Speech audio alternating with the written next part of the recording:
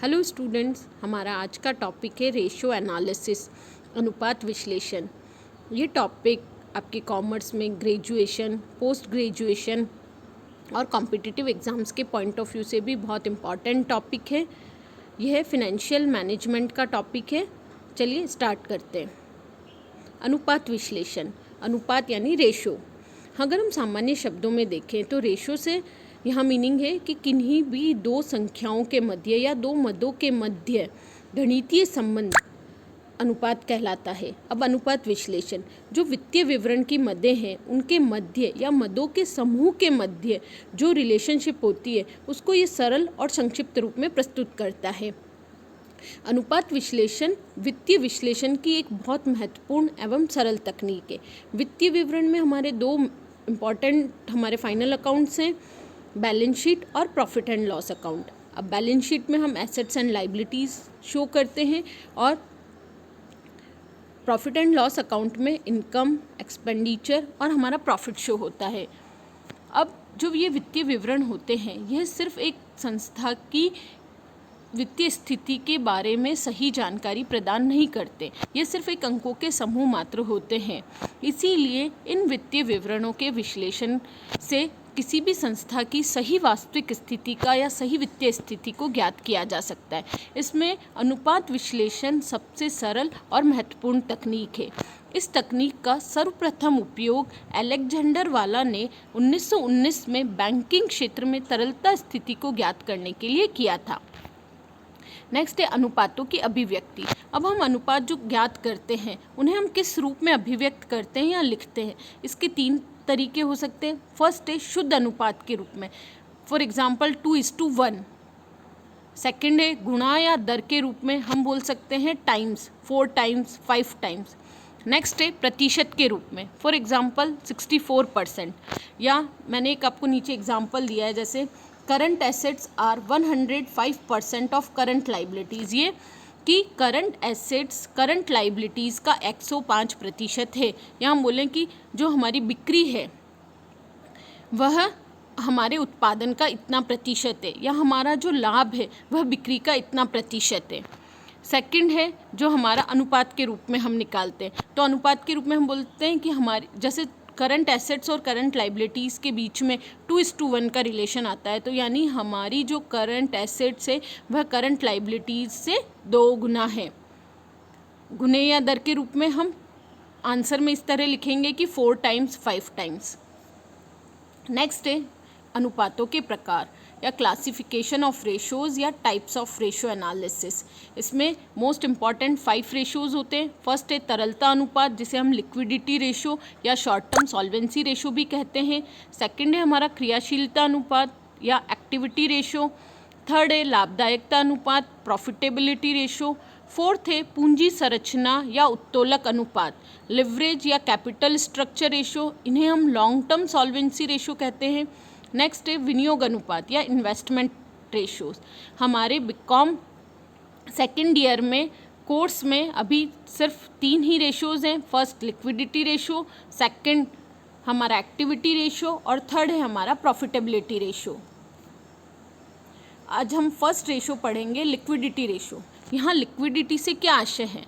Liquidity से यहाँ आशय है कि तरलता, यानी 1 वर्ष के अंदर कंपनी अपनी संपत्तियों को कितना तरल रूप में प्रस्तुत कर सकती है, या हम कंपनी की अल्पकालीन वित्तीय स्थिति को ज्ञात करने के लिए तरलता अनुपात ज्ञात किए जाते हैं कि कंपनी की जो अल्पकालीन शोधन क्षमता है, कंपनी अपने चालू दायित्वों से का भुगतान अपनी चालू संपत्तियों से किस प्रकार करती है, या चालू दायित्वों और चालू संपत्तियों के मध्य जो संबंध होता है वह तरलता अनुपात में हम ज्ञात करते हैं।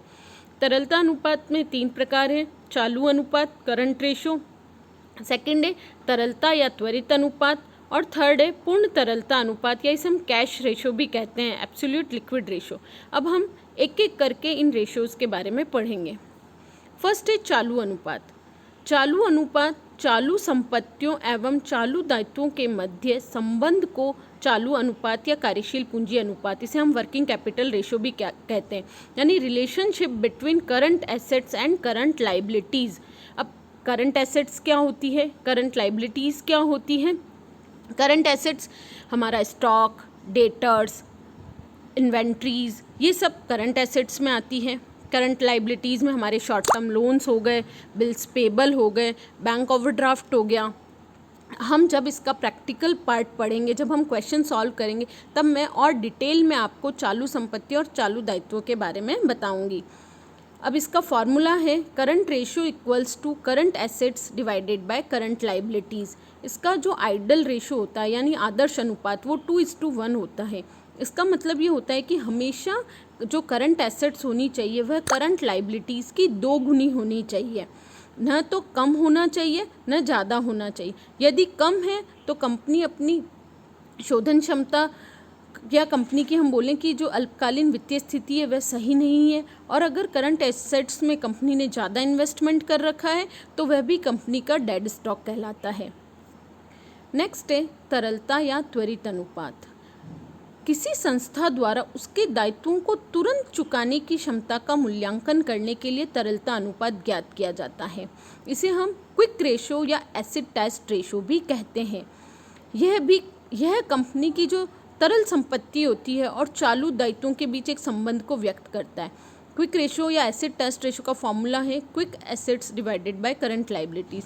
अब क्विक एसेट्स क्या होती है? जो हमारी करंट एसेट्स होती है उसमें से जब हम स्टॉक और हमारे प्रीपेड एक्सपेंसेस को लेस कर देते हैं तो जो एसेट्स आती है वह कहलाती है quick assets.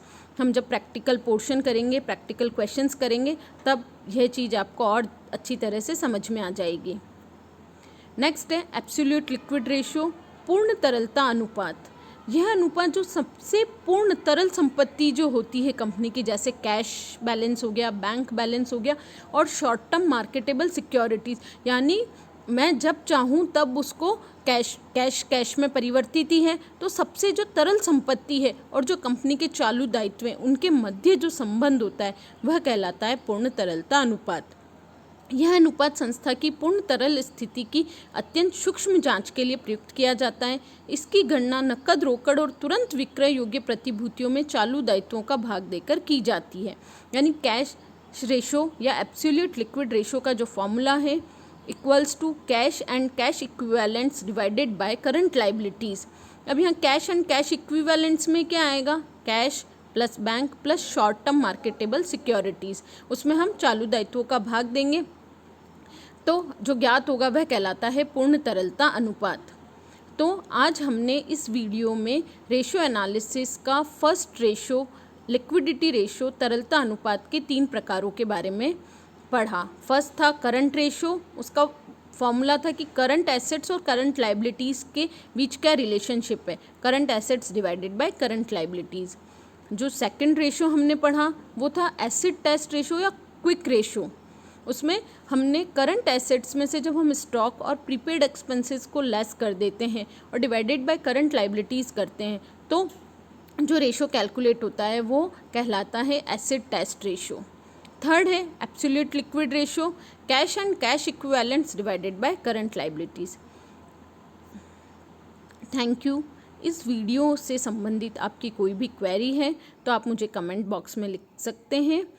Stay home, stay safe. Next video में हम करंट रेशो के प्रैक्टिकल पोर्शन और जो हमारे 2 अदर रेशो हैं, एक्टिविटी रेशो और प्रॉफिटेबिलिटी रेशो, इसके बारे में पढ़ेंगे। Thank you.